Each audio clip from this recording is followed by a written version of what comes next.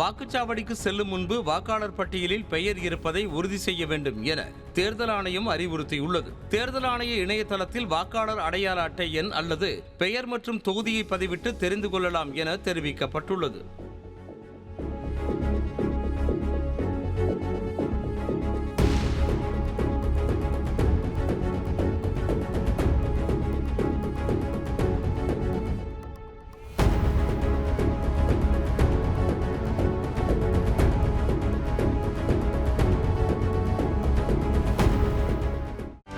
செய்திகளை உடனுக்குடனும் துல்லியமாகவும் தெரிந்து கொள்ள சப்ஸ்கிரைப் பண்ணுங்க.